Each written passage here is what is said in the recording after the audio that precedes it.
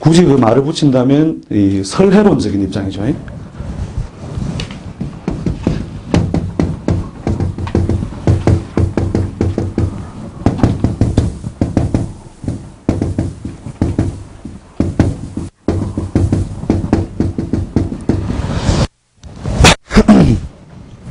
뭐 굳이 용어로 보신다면 설해론 정도로 문자를 만들어 볼 수 있겠는데요.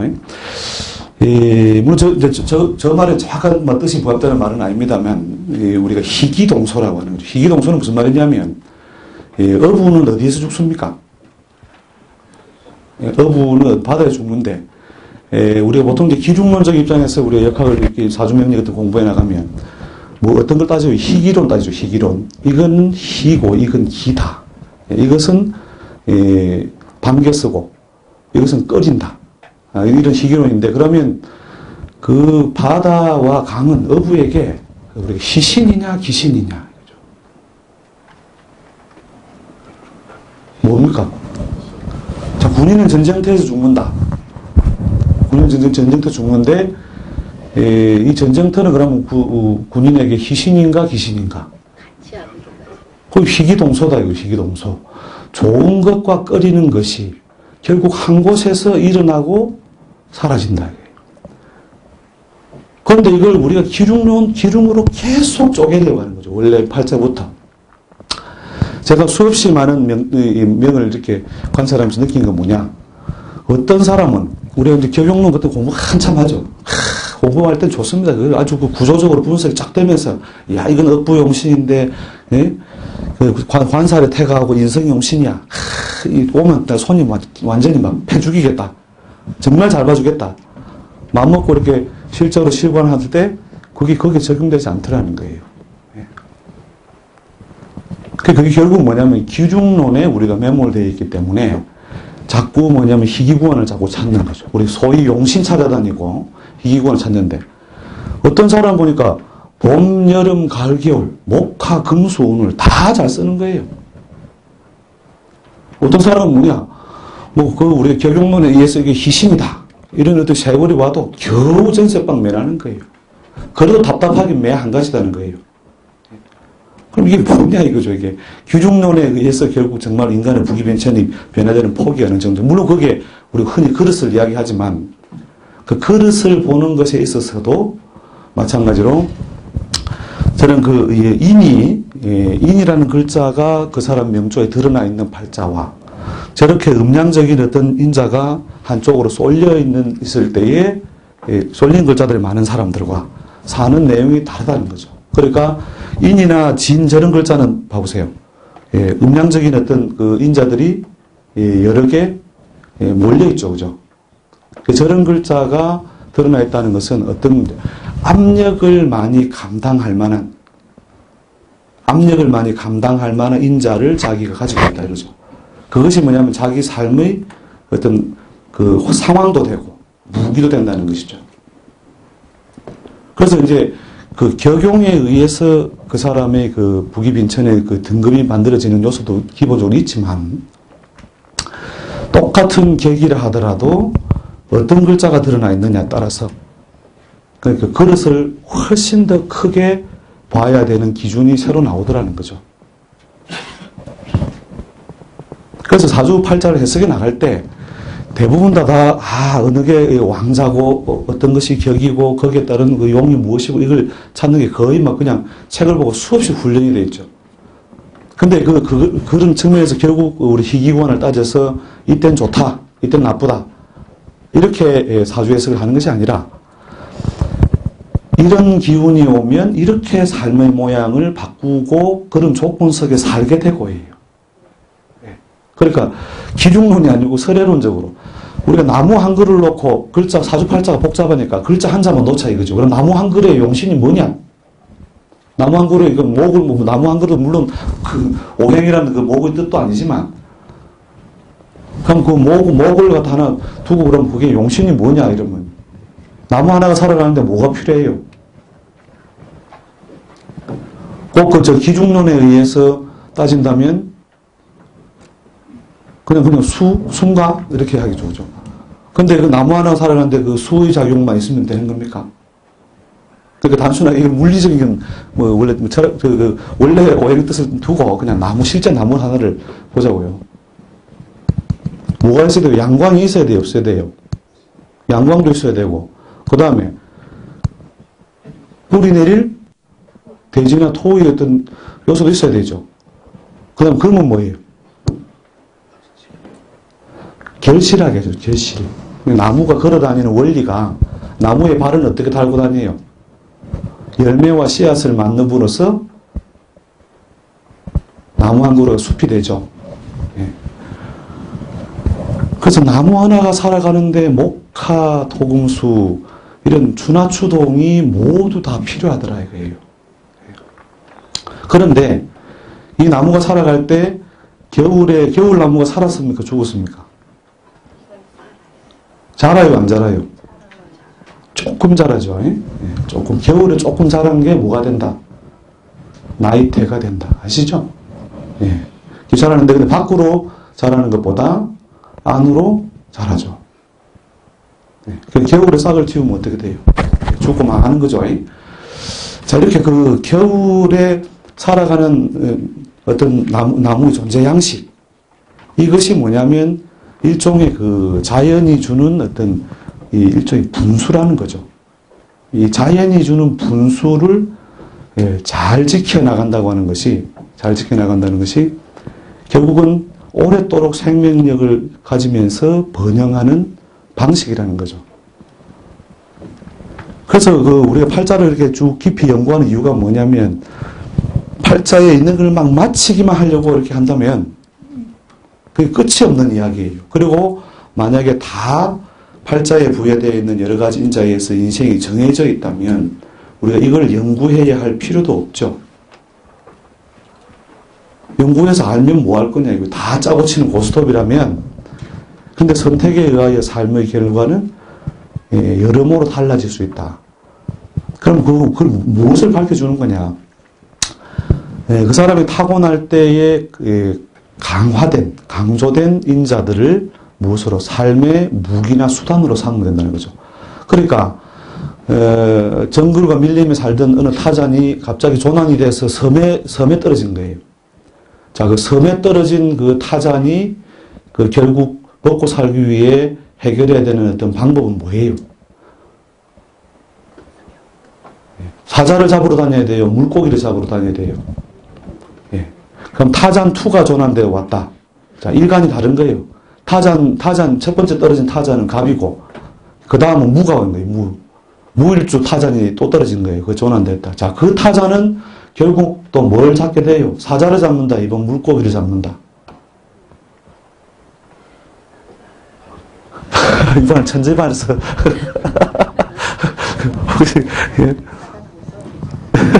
아니, 밀림에 있을 때는 먹고 살 게 뭐예요? 사자가 흔하니까 사자를 잡으러 다녀야 되잖아요. 그죠? 그 다음에 뭐 섬에는 사자가 없으니까 뭐예요? 물고기를 잡으러 다니는데, 그렇게 갑일주 태어난 타잔이나 무일주 태어난 타잔이나 경일주 태어난 타잔이나 무엇에 떨어지면, 섬에 떨어지면 다 섬타잔이 된다. 그죠? 주로 잡는 거는 뭘 잡게 된다? 물고기를 잡게 된다. 자, 그럼 촌에 살면 무슨 사람이 돼요? 가불병정 무균신 일주 10명 다 있는데 다 촌에 산다. 이 사람 묶어서 뭐라 그래요? 예, 촌 사람이라 그러죠. 예. 그러니까 가불병정 무균신 전부 다 묶어서 서울 살면 서울 사람 되는 거예요. 그죠? 그러니까 우리가 그 사주간지 특히 또 일간론에 우리가 많이 매몰되어 있기 때문에 사실은 그 사람의 어떤 삶의 내용이나 형식이나 직업을 분석하는 데서 그 일간론에 굉장히 매몰됨으로써 해석을 많이 놓치고 있다는 것이죠. 그보다 더 큰 게 뭐냐면 그 사람에게 던져진 큰 틀과 환경을 관찰하면 그 사람이 활동하는 분야나 직업 특성 이런 것들이 저절로 드러나는데 그 직업 특성을 길하다 흉하다 기중론으로 접근할 게 아니라는 거예요. 그럼 결국 뭐냐? 섬타전에서 점을 치러 온 사람한테는 뭐라고요? 너는 물고기를 잡고 살아라. 그죠? 그럼 잡고 사는데 그걸 예를 들어서 식신을 쓴다. 그러면 야, 물고기를 너는 가두어서 길러라. 그 다음에 그걸 재로 쓴다. 너는 물고기를 팔아라. 그 다음에 거기에 우리가 형이 있어서 뭐 가공을 한다 이러면 뭐 너는 물고기를 잘라서 말려서 팔아라. 그죠? 말려서 주는 것만 해라. 근데 전부 다 뭘 하고 있어요? 다 물고기를 다루고 있다는 거예요. 그런 어떤 큰 틀을 그 일관적인 특성이나 육친적인 특징을 떠나서 이미 뭐냐면 더 큰 거 물고기를 다룬다라고 하는 큰 환경이 뭐냐 이미 지지에 부여되어 있다는 것이죠. 그래서 제가 항상 뭐 특히 직업론 같은 걸 할 때 제가 저한테 공부하는 분들한테 훈련시키는 게 있습니다. 천간을 모두 지우고 지지만 두고 이 사람의 직업이 무엇인지를 한번 분석해봐라. 그런 이야기합니다. 그게 어떻게 가능하냐 이렇게 이야기를 하시는데 실제로 지지 글자 4개만 가지고도 대부분의 직업적 특성을 다 알 수 있습니다. 그러니까 우리가 그 격용론이라고 하는 것도 일관론 중심의 그 사주 해석이라는 것 자체가 그 잘못된 해석이라는 게 아니에요. 그것이 그 관찰해서 어떤 사물의 어떤 특성을 캐내는 데는 하나의 우리 사진을 찍는 어떤 그 각도, 측면 이런 것에 불과하다는 것이죠. 전체를 접근하고 분석하는 수단이 되지 않는다는 거죠. 비교적 이런 형태로 사진을 스냅을 찍으니까 전체 인물이 잘 나오더라. 이게 우리가 그 일관론 중심의 그 격용론이에요. 그거 가지고 끝까지 고집하잖아요. 이쪽 스냅, 교수님이 이쪽에서 스냅 잡으라고 했다 이거죠. 책에 그런 나와 있다 이거예요. 저도 그렇게 많이 했습니다. 예. 그렇게 하다가 이제 결국은 이제 많은 부분을 놓치는 거죠. 그 뒷면에 있는 여러 가지 것들을 수없이 놓치게 되는 것이고, 이것이 가지고 그 사람에게 중요한 삶의 문제를 결정하는 어떤 단계에 들어갔을 때, 못하면 운명적으로 잘못 한다는 게요. 그냥 손님 하나 떨어지는 이런 문제가 아니에요. 이게 어디로 가느냐면 살인의 추억으로 갑니다. 살인의 추억으로. 그 사람은 몇십억짜리 지금 말이 사업을 추진하려고 하는데, 말이 올해 이제 희신이 와서 좋아. 무조건 하는 거야. 그 사람 3년 뒤에 다 털어먹고 찾아옵니다. 그게 바로 살인의 추억이에요. 이렇게 살인의 추억으로 잘못 갈 수도 있는 이런 아주 우리가 위험한 일을 하고 있다는 걸 생각을 항상 해야 됩니다. 그래서 끊임없이 이런 미스가 발생하지 않도록 다각도로 분석을 해서 모르겠어 모르겠다 하는 게 낫습니다. 도사가 다 한다라고 하는 최면술에 스스로 걸림으로써 결국 우리가 더 많은 오류를 범하게 되는 것이죠. 제가 또 만나본 여러 대가 선배님들 중에 그런 분 계시죠. 진짜 대가라고 소문에 찾아가서 선생님 뭐 어쩌고저쩌고 이렇게 질문하니까 몰라. 나는 아는 것 빼고 다 몰라. 그러니까 모른다고 하는 것에 대한 자유가 있다는 것이 정말 아는 것에 대한 확증을 할 수 있는 지식이 있다는 것이죠. 이 명리학도 마찬가지입니다. 우리가 이 격용론 중심의 그 사주 해석을 아주 그러니까 십수년 동안 금과 업조처럼 우리가 배우게 되는데, 거기에 매몰되어 가지고 전부를 설명할 수 없다는 게 아니죠. 많은 팔자들이 그것에 의해 설명되어지지만 전체를 다 설명할 수 없고, 그 다음에 10케이스 중에 두세 케이스는 반드시 미스가 나오게 되어 있는 거죠. 반드시란 말은 붙여도 좋습니다. 왜냐하면 우리가 자꾸 기중론에 매몰되어 있고, 그 다음에 간지 자체에 대한 이해가, 그래서 우리가 자운이 왔을 때 이분이 예를 들어서 그 사람에게 희신이고 수가 오면 좋다더라. 우리가 격용론적으로 분석이 됐다 이거예요. 그런데 그럴 때 좋다고 말하면 안 되는 거죠, 사실은. 그러니까 사주팔자 이전에 뭐가 있냐면, 더 큰 뭐냐면 운명의 축이 뭐냐면 인간이라고 하는 거예요.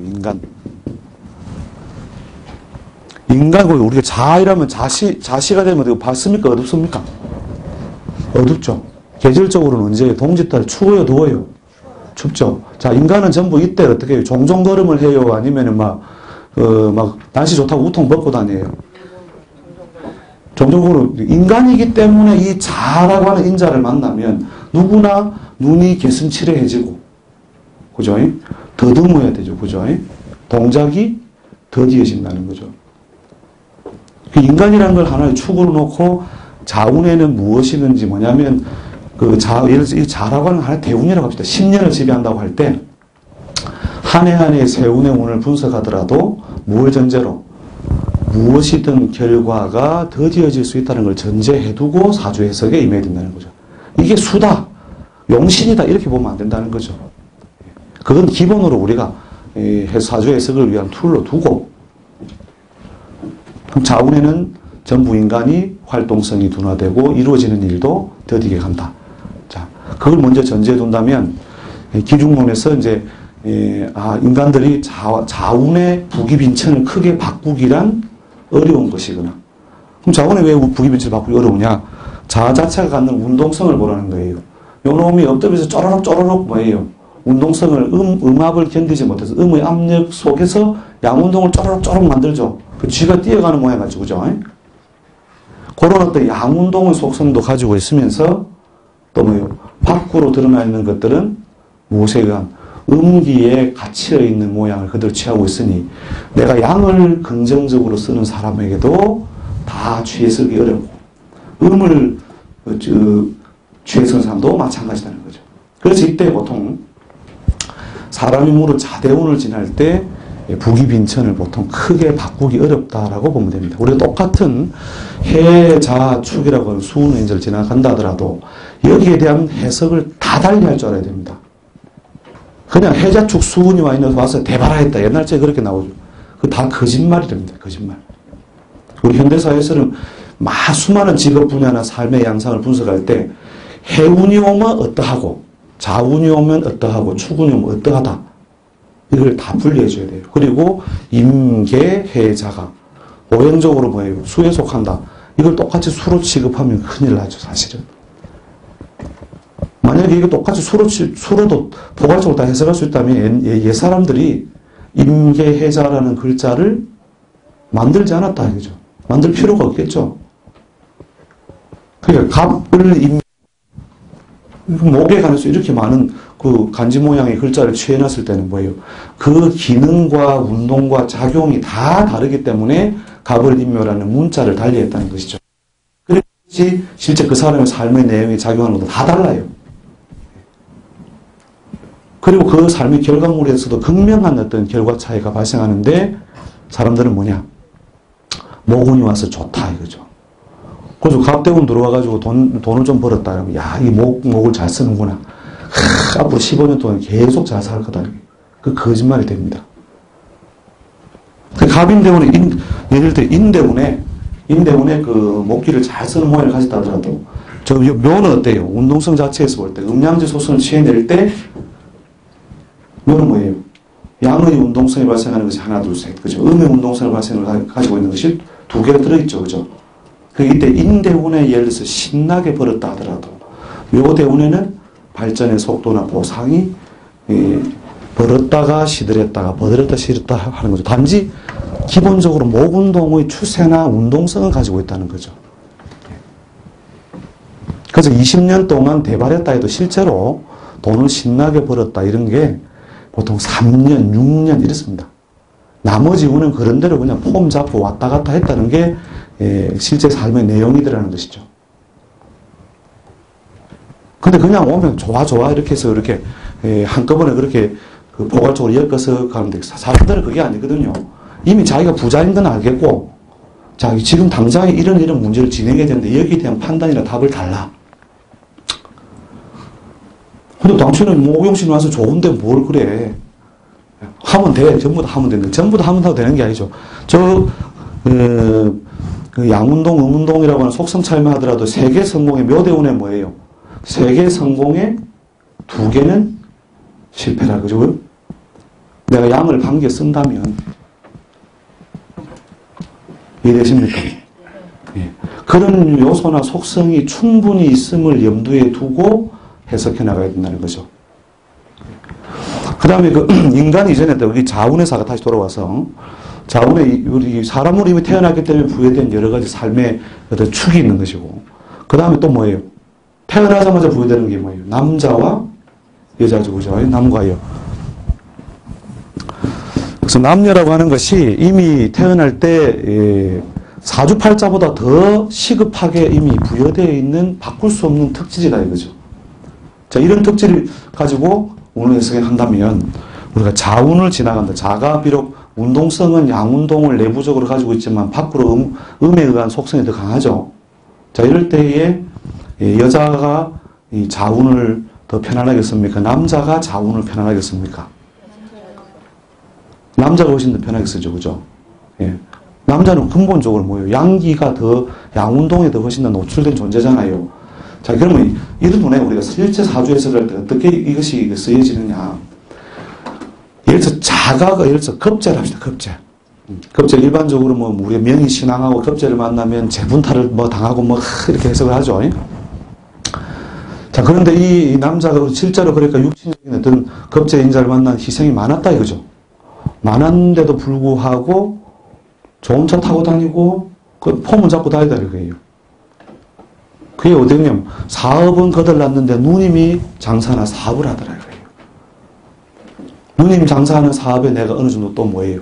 역할을 내가 받으면서 뭐예요? 또 본인의 금전활동이나 사회활동 제대로 못하지만 누구의 덕을 봐요? 음기의 덕을 보는 곳이 있더라. 그렇죠? 음기의 덕을 보는 곳이 있더라. 그러니까 단순하게 우리가 기중론이나 글자의 어떤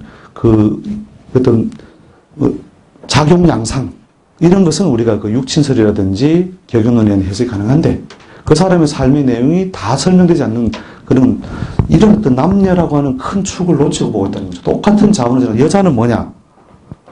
만약에 이 글자를 아무리 긍정적으로 쓰더라도 있죠. 자운을 자기가 금전활동으로 쓰든 사회활동을 쓰든 잘 쓰고 있다 하더라도 근본적으로 이게 음기가 더 강한 인자죠. 자, 여인은 음운동이 훨씬 더 강하게 부여돼서 이미 만들어진 성별이니까 짝이 잘 맞아요, 안 맞아요? 짝이 잘 안 맞죠? 그러니까 여자가 돈을 번다 하더라도 어떻게 편안하게 남편 댁에 돈을 받는 것이 아니라 자기가 어떻게 해요? 손발 귀찮게 움직여서 짝지어지지 않으니 내가 억지로 채워서 사회적인 보상을 이룩하고 있다는 거죠. 근데 인간들은 뭐냐? 단순하게 돈을 번다, 잃는다, 이런 어떤 그 기중론에 의한 것보다 본인이 느끼고 있는 현실적인 압력, 정서적인 환경, 이런 것에 더 매몰되어 있다는 것이죠. 그래서 돈 실컷 벌고 있는 사람 보고도 누구시 힘들지요? 그럼 그냥, 아이고, 예, 선생님, 이렇게 되는 게 뭐냐? 겉으로 보면 좋다, 이거 장사 잘 되고 신나게 돈 벌고 있는데, 겉으로는 돈 벌고 있는데, 선생님 찾아오니까 누구시 힘들지?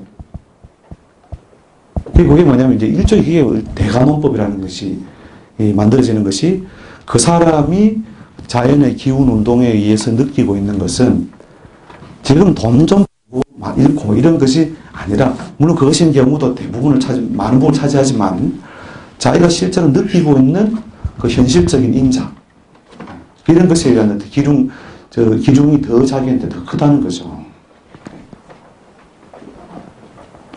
그래서 그런 부분에 관한 어떤 간지 자체에 대한 우리가 폭넓은 이해를 염두에 두지 않고 운명 분석을 해나갈 때 계속 이런 어떤 오류가 자꾸 발생하더라는 것이죠. 그래서 그 짧은 시간에 사실은 제일 이렇게 좀 중요한 어떤 우리가 논리들만 제가 이렇게 언급할게요. 시간이 사실 설명이 좀 이렇게 부족해서 연결고리가 좀 약한데요.